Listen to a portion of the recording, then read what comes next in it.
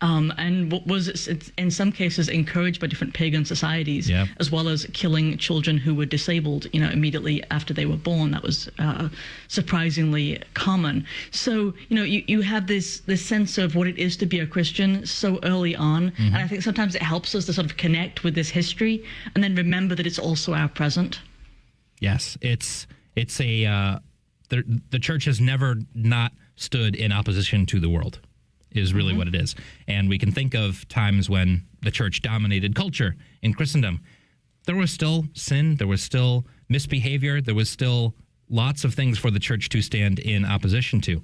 And it goes right back to the earliest days of the church that the church has stood for things like opposition to the killing of the innocent, especially in abortion. We've got a couple news stories today that will relate to that, and you'll see the church really truly is timeless. The teaching is timeless. It always has this relevance. It's a good reminder to us. I want to make a couple of observations here just about the Basilica, just because these are really cool aspects of Our Lady of the Snow and St. Mary Major. That the Basilica is home to the crib of our Lord. It was brought there directly from Bethlehem. So there's a wonderful, wonderful relic there directly of the Holy Family. And then it is also home to a beautiful image, and this will kind of lead into a discussion we'll have a little later this month about another Marian image. But it is home to the image of Our Lady as Salus Populi Romani, the salvation of the Roman people. Very famous image.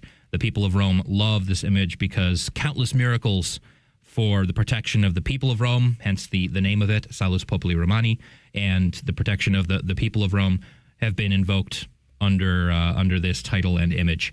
So the only other churches whose dedications are actually celebrated on the universal calendar that the church says you have to celebrate this anniversary every year are the Lateran Basilica, which is the Archbasilica of the Most Holy Savior. That's the Pope's actual cathedral seat, not St. Peter's. And then Saints Peter and the Basilica of St. Paul outside the walls, they're celebrated on the same date on November 18th. So November 9th for the Lateran Basilica, November 18th for Saints Peter and Paul, and then the Basilica of St. Mary Major. These are the kind of four greatest churches in the church, so to speak, and hence they are commemorated on the calendar. But we also have this wonderful title and traditional account of Our Lady of the Snow to go along with it, which is a nice little bit of refreshment here in the middle of the heat of August.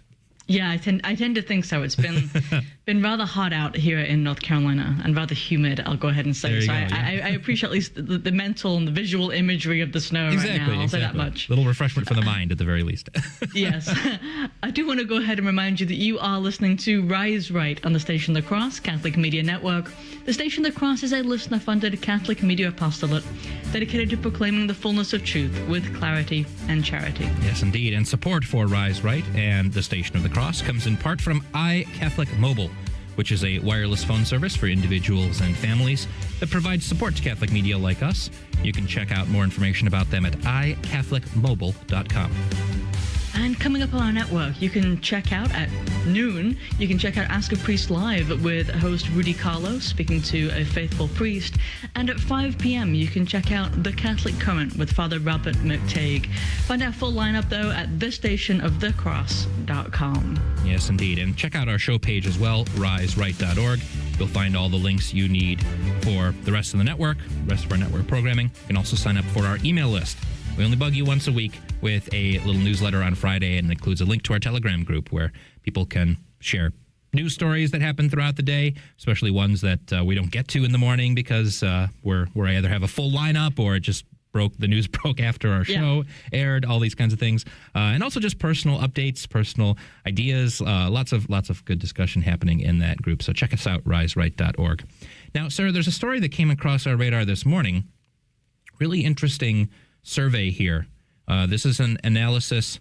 Now, it is from Axios, not always the most trustworthy, but it's, I would say that when it comes to just reporting on survey results here, this is fairly, it's as reliable as most other surveys can be, which is not going to be an exact science, but I do think this tracks with just my sense of things, at least. Yes, same. This is a report that says young Latinos are leaving the Catholic Church. This is a growing trend as religious nuns, and that's not N-U-N, it's not like a religious sister, nuns as in no religion, N-O-N-E-S. Religious nuns are rising in these survey results. And the report says that Latino adults who identify as Catholic fell from 67% in 2010 to 43% in 2022. And the percentage of Hispanic Americans with no religious affiliation rose from 18% in 2013 to 23% in 2025. While Protestant affiliation has kind of held about even. Rather interesting. But this hits me because there's a common piece of rhetoric that goes around in some of the Catholic sphere, some of the conservative sphere, and it is rhetoric that's particularly supportive of increased immigration into the U.S. from South America, from Central America, from Mexico, because, most of these immigrants are Catholics. They're good Hispanic Catholics are coming in. They're naturally conservative, and it's going to make the U.S. more Catholic. And so this is actually a good thing no matter what. And as the data is showing, that's not true. And if you've been paying attention to data from South America, you'll have seen that, in fact, even in their home countries, there's a growing trend of leaving behind the Catholic faith, embracing a lot of these evangelical Protestant sects, or simply abandoning Christianity altogether. That is a trend that's already been growing, and it's simply moving it from there to the U.S., and there really isn't kind of a gain there in any discernible sense on the Catholic front. I've noticed also that there has been some movements to insert various different, pagan rituals within what is claimed to be Catholic in South America and in Mexico. That's been one of the more alarming things, because I would at least like paganism to be identifiable as separate as it is. Sure. So we've seen that. And one of the things that I've noticed in my studies of that particular population is that so much of their espoused Catholic faith, and obviously we can only talk generically, is sort of a cultural Catholicism as opposed to an actual lived spiritual one. And that's not nothing, but it's also not enough, right? Yeah. And so it is this sense of, this is just kind of what we do. We go to church on Sunday, and it's that kind of habit, but a habit without the sort of formation that's supposed to go. Yes. And so you've kind of seen this in recent decades, this sort of decline of the faith proper, and simply a continuation of what we've always done.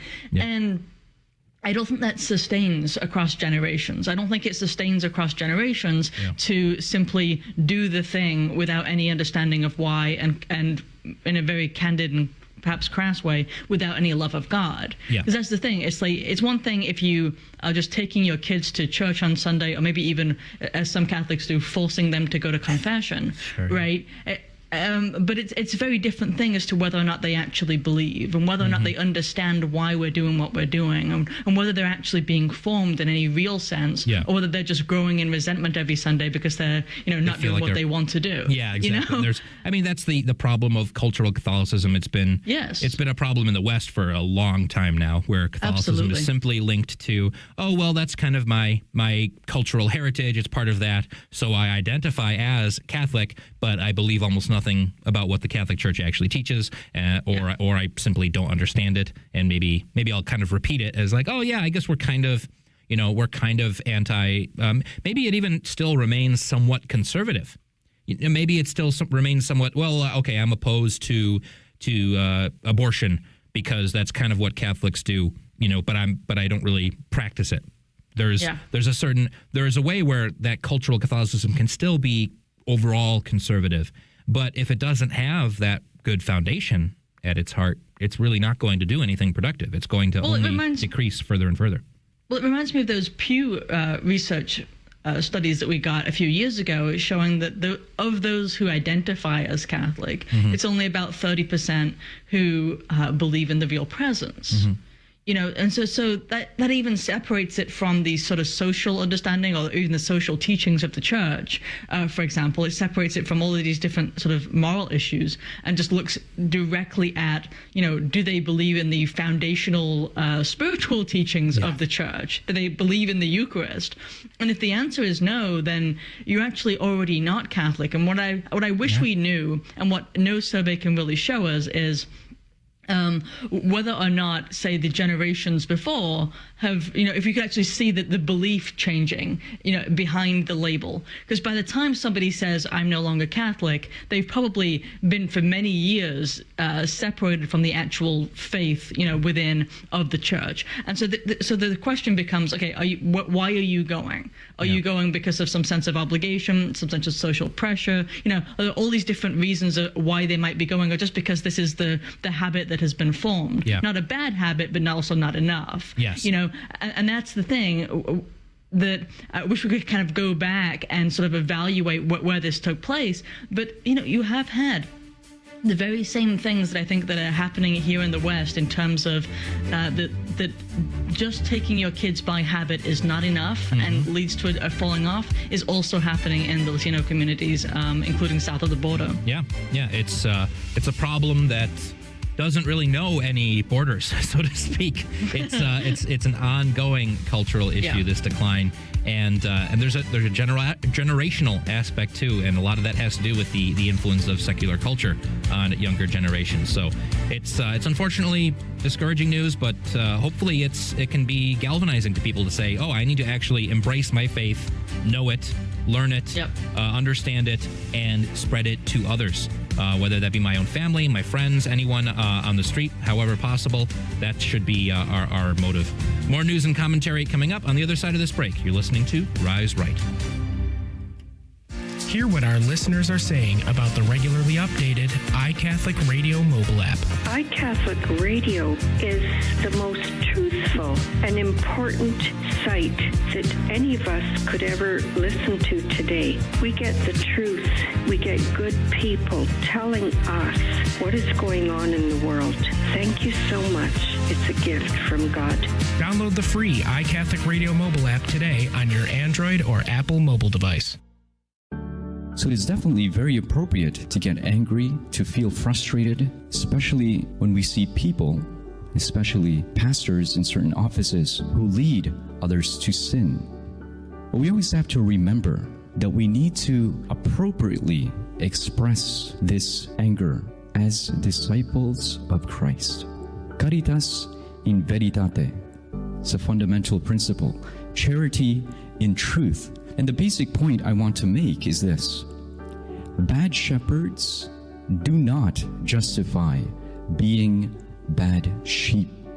You see, in the face of bad shepherds, many Catholics don't necessarily lose their faith, nor their hope, but in some form or shape, they diminish in supernatural charity.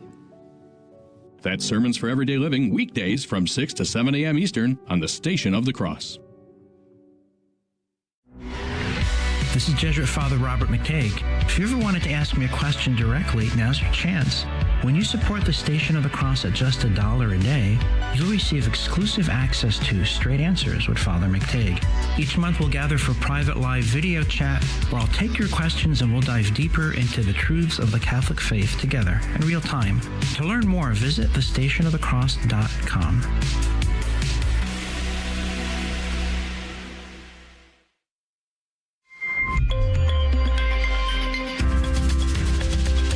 Welcome back to Rise Right on the Station of the Cross Catholic Media Network. Jake Kraft here with my co-host Sarah Kane on this Wednesday morning.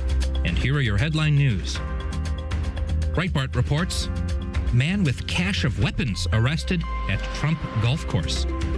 A man was arrested on Sunday in Rancho Palos Verdes ahead of President Donald Trump's visit to his own Trump National Golf Club.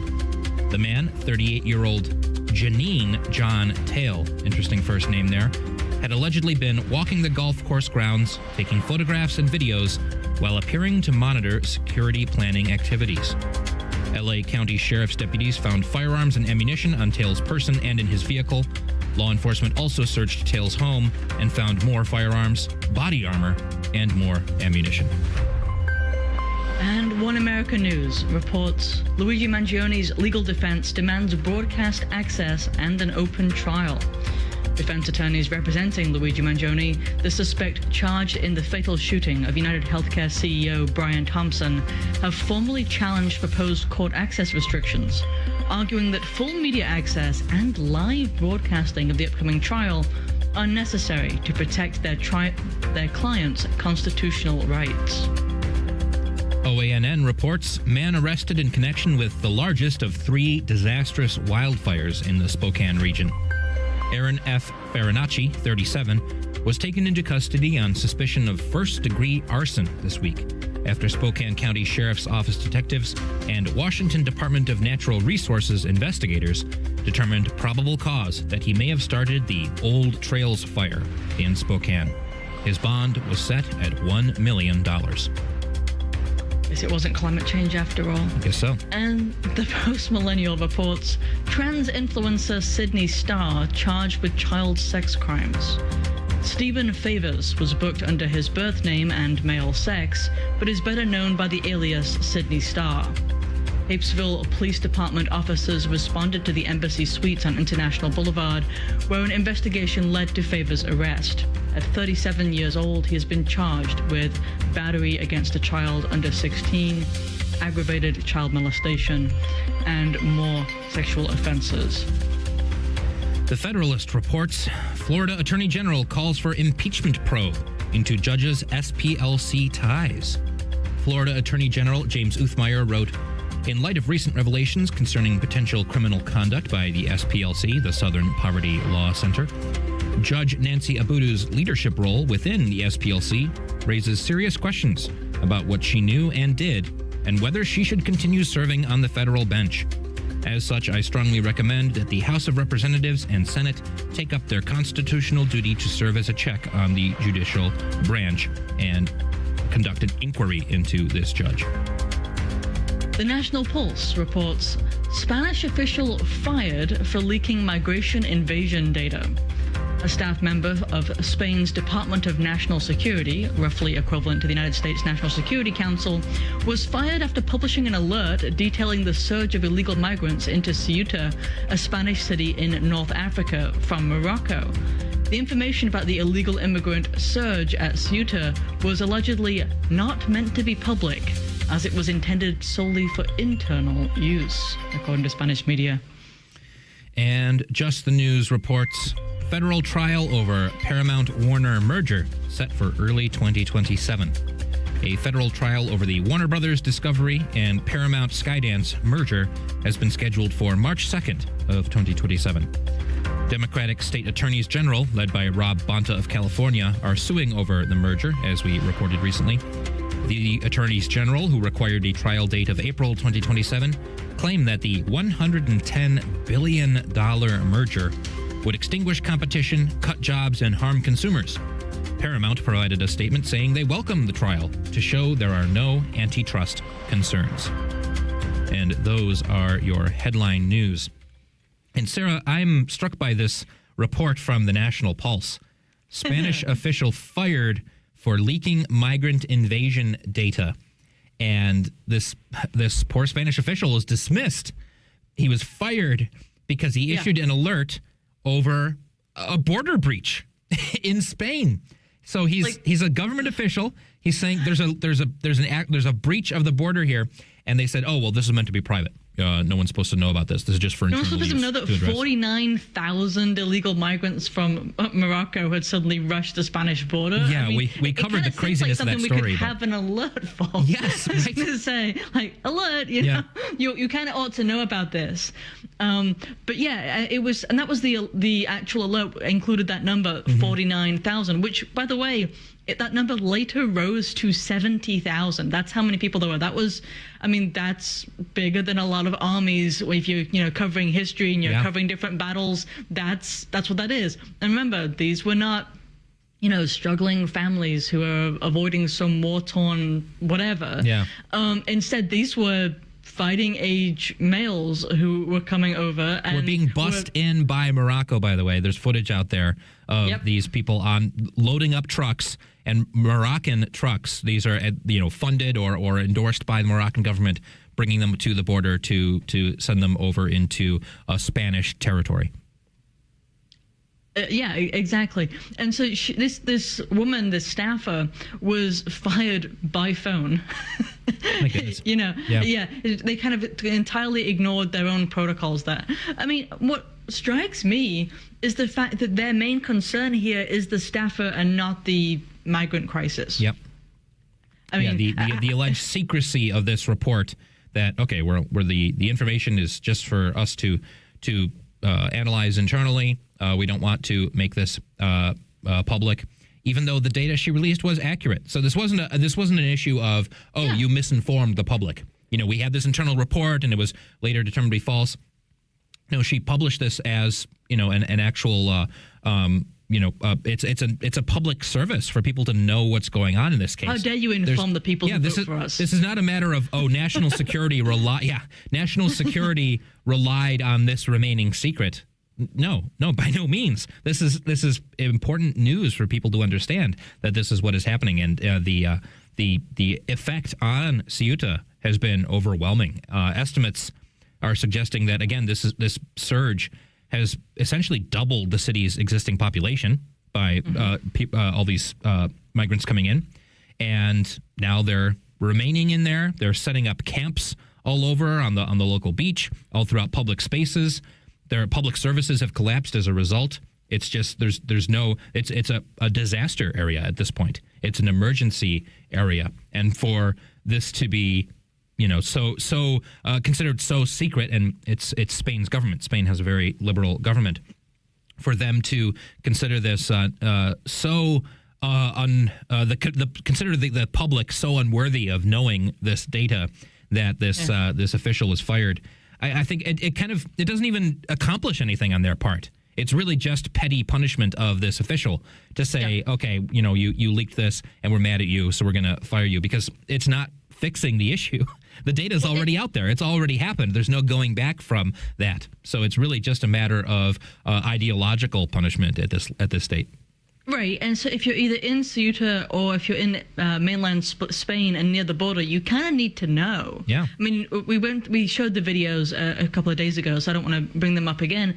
But these were not calm arrivals that were done in a methodical way. This was actually dangerous to the people who were there. Yes. And so if you were in an adjacent area, you would want to know, and you would actually need to know for the sake of your family and your family's, or your safety and your family's safety. And one of the things that I also want to mention before we move on here is that it's not nothing for the people of Ceuta to be completely overwhelmed. I mean, this is kind of difficult because we're here in the United States, and so we're kind of in this demographically unusual situation. But for the people of Ceuta, they are a people, yes, right? And so a people is not simply made by its place, right? We have the boundaries, to protect the people within. But if the people of Athens move somewhere else, they're still Athenians, for example. Yeah. To use a historical reference that very few people will get. But regardless, likewise, the people of Ceuta are a people in and of themselves, and now that their population has been doubled with people from outside. Yep. Right, so they are no longer really, in a certain sense, you could say their nation state has failed to be because of an invasion. That's how invasions work, right? And that's the injustice of it, that we should be kind of looking at they've got a small island that's suddenly been overwhelmed, aka invaded. Yes, right, and that happened without actual aggression in the violent sense, but is by itself an aggressive act. Yeah. And so you ought to have, you have all these different media announcements about, say, Ukraine and Russia and Yemen and all of this. Okay, I'm not against the media coverage thereof, but can we also look at this kind of this kind of an invasion too? Because it's equally relevant in the sense that the people who are receiving the invaders or the attack are losing their own homeland. Yes. Right. And that's why we should care. If we should care about these other different wars in different parts of the world, then we should equally care about what's happening in Ceuta to the people who are native there and live there and have lived there for hundreds of years. Yeah, and I think even the responses of the ecclesiastical authorities regarding the migration crisis, the responses to this Ceuta invasion have been much more muted in terms of we have to welcome these women and children who are suffering, from war-torn regions. We owe them, respect and aid and such. That kind of rhetoric has been lacking because it's so visible on video, on the video that blasted across social media. Videos, I should say, a video in the plural sense, that so much video evidence of military-age males breaking down fences, potentially breaking into houses. There was some evidence of that, and just acting like invaders, like a riot, not peaceful in that sense. The evidence of that has been so strong that I think it is causing at least a little bit of a at the very least, a cognitive dissonance, and at best, and we should pray for this, a sort of a wake-up call to say, okay, so maybe not every instance of migration into Europe is peaceful, good. Refugee, women and children that we owe understanding of their dignity and their state to. That these are young men surging over fences, breaking down and disregarding the law and the structure. And the ecclesiastical response has been the head of the Spanish Bishops' Conference said, demographics are being used as a weapon. Migration is being weaponized. That's pretty bold for how about that? The head of the Spanish bishops to say. So let us keep praying that this continues to be a wake-up call for this issue. That, it's right, and it is Catholic to remember, to always keep in mind that people have human dignity, that people are to be treated with as much respect as can be mustered, as can be that we can draw up. That this is an essential part of being Catholic, but it doesn't mean you have to completely disregard reality, like the fact that this is not refugee seeking. This is an actual invasion. And it's being promoted by the Moroccan government. Instead of providing for these people themselves, the Moroccan government is saying, just hop the border, knock down these fences, disregard law and order. Let's pray that it continues to be a wake-up call. And we need to recognize, and hopefully our ecclesiastical individuals will recognize who the real victims are in this scenario. Yes, exactly. Because it's not the migrants in these cases who are engaging in this basically invasion force. It's the people who are losing their own homeland and being overwhelmed and having their public resources overwhelmed as well. Yeah. So we need to really identify who the real victims are in these cases. The bishop the bishop who oversees the land, including Ceuta, recently went, as was custom, to pray to Our Lady of Africa. She's been the patroness of Ceuta for a long, long time under that title. And he specifically was asking for intercession for the people of Ceuta. He wasn't saying, pray for these poor migrants who are coming in and being villainized. He said, pray for the people of Ceuta. So again, the rhetoric isn't quite there where it's, what Sarah and I would like to see, where we're calling for, building walls and so on and so forth to protect these people. But at least I think there's some sense of I'll take the win. There's a wake up call, at least potentially happening here. So let us keep praying for that. Quick reminder that you're listening to Rise Right on the Station of the Cross Catholic Media Network. We are a listener-funded Catholic media apostolate. We're dedicated to proclaiming the fullness of truth with clarity and with charity. Check us out at thestationofthecross.com or riseright.org.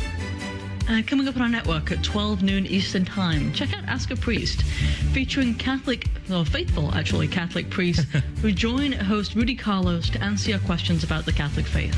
For more information, visit thestationofthecross.com/askapriest. Yes, indeed. It's a great show on our network. Yes, very great resource. Lots of helpful information there. It's an amazing opportunity to ask your faith-related questions to a reliable priest. We've got a lot of great priests on the roster there. Check that out. Again, thestationofthecross.com/askapriest. And Sarah, there's a story here that's not related to a particular breaking news story, but it's something that I was reminded of and would like to cover because we've had a few stories in the last week or so regarding AI in general and regarding in particular the company Anthropic. And there's a link here, or there's a thread here that I find very concerning. And one of the things that reminded me of this was a story that we never ended up covering, but I discovered more details about it, and it's quite shocking. So here are a couple of the headlines that we've covered. One was that Anthropic says their Claude AI, this is the name of their artificial intelligence model is the term, called Claude, hacked 3 companies during cyber tests. So they were testing it. They said there was a configuration error that gave it internet access, and then it kind of, the phrase often used is that it went rogue, but it's really just doing what it was told to do, but there was an opening for it to go do it where it wasn't supposed to do it.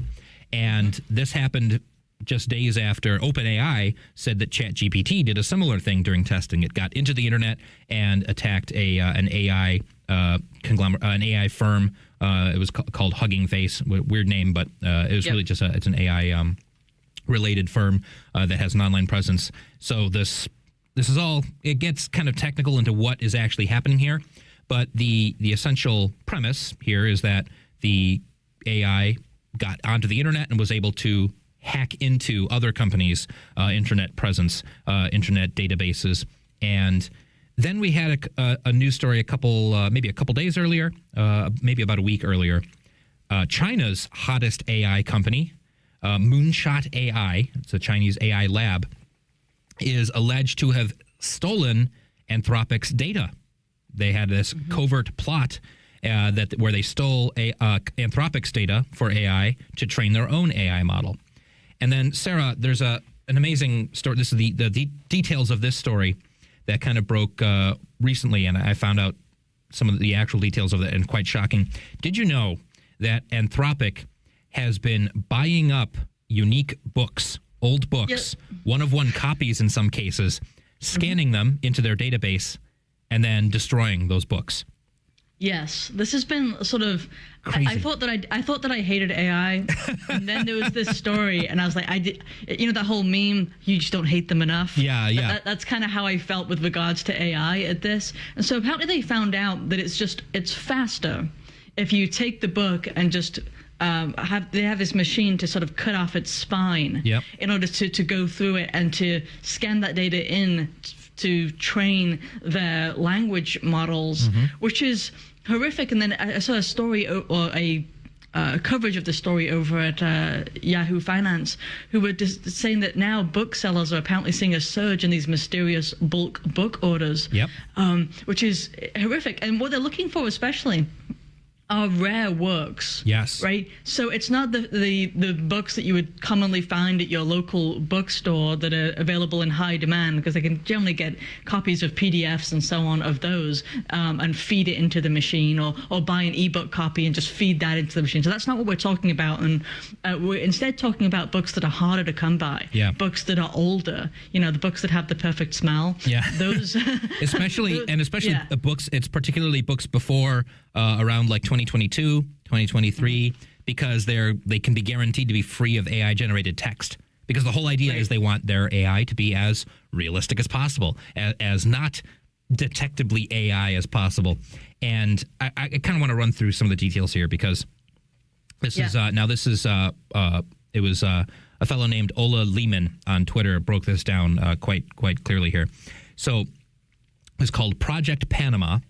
Yep. Anthropic concluded that books were the cheapest way to build a world-class model because they gave Claude curated facts, structured arguments, compelling stories, and writing that, quote, an editor would approve of. Again, it's trying to imitate real writing as much as possible. And so Anthropic decides it needs tons and tons of books. At first, they just tried to download books from online libraries. And apparently, a judge said that Anthropic had legal ways to buy these, but didn't want to slog through that process. And so they kind of just pirated a lot of stuff. And this is a legal risk. So then they hired a fellow named Tom Turvey. He was the former head of partnerships for former head of partnerships for Google Books. They were trying to find a legally safer way of obtaining what I think this report said, all the books in the world is what they're trying to get. Yeah. So this fellow Tom Turvey tries to license catalogs from major publishers. It wasn't really working out. Process was getting to be a slog. Notice a theme here. And so they decided they're just going to buy tons and tons of physical books through distributors and used book retailers. And here's where the Yahoo story is saying there's these bulk orders coming in. They're noticing a rise in this. And apparently within about a year, Anthropic spent tens of millions of dollars acquiring and scanning millions of books, including many rare and one-of-one titles. So literally the only physical copy of this book. One vendor proposal targeted 500,000 to 2 million books in 6 months.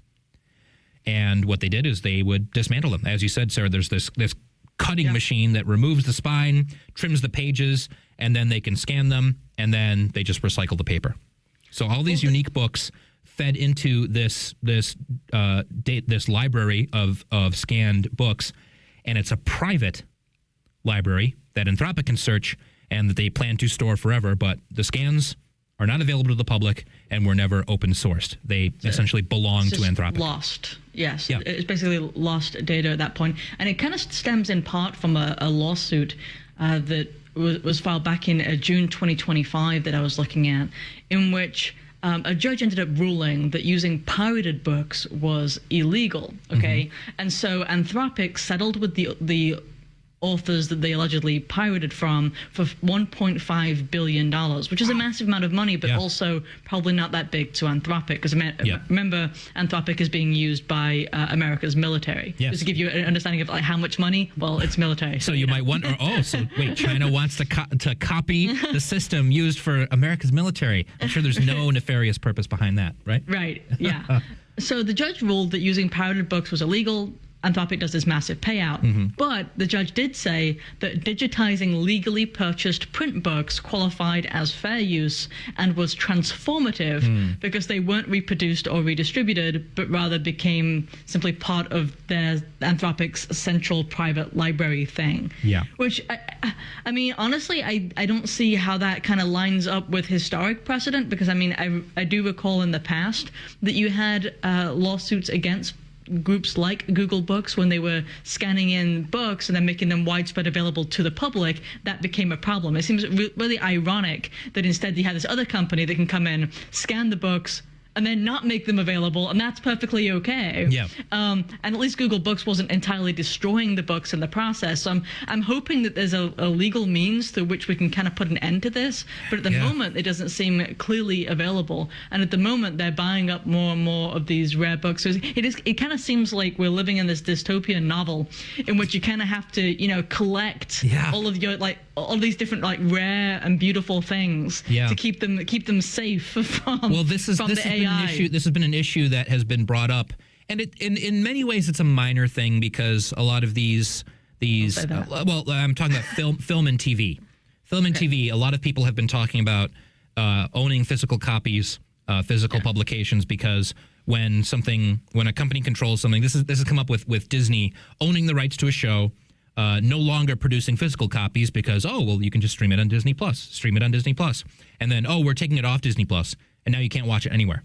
Unless maybe someone downloaded it and uploaded it to be pirated. Kindle removed 1984 from Kindle devices that people had paid for. Yeah, and they're like, oops, we didn't have the rights to that, so we're going to take it. That's the thing, is because even if you pay for it, if it's only digital, there are ways sometimes where a company can get in and remove your copy of it. And so the reason I say it's kind of a minor thing is, when it's we can't get access to the original theatrical version of Star Wars or something like that. In the grand scheme of Western culture, it's not really the biggest deal in the world, that specific example.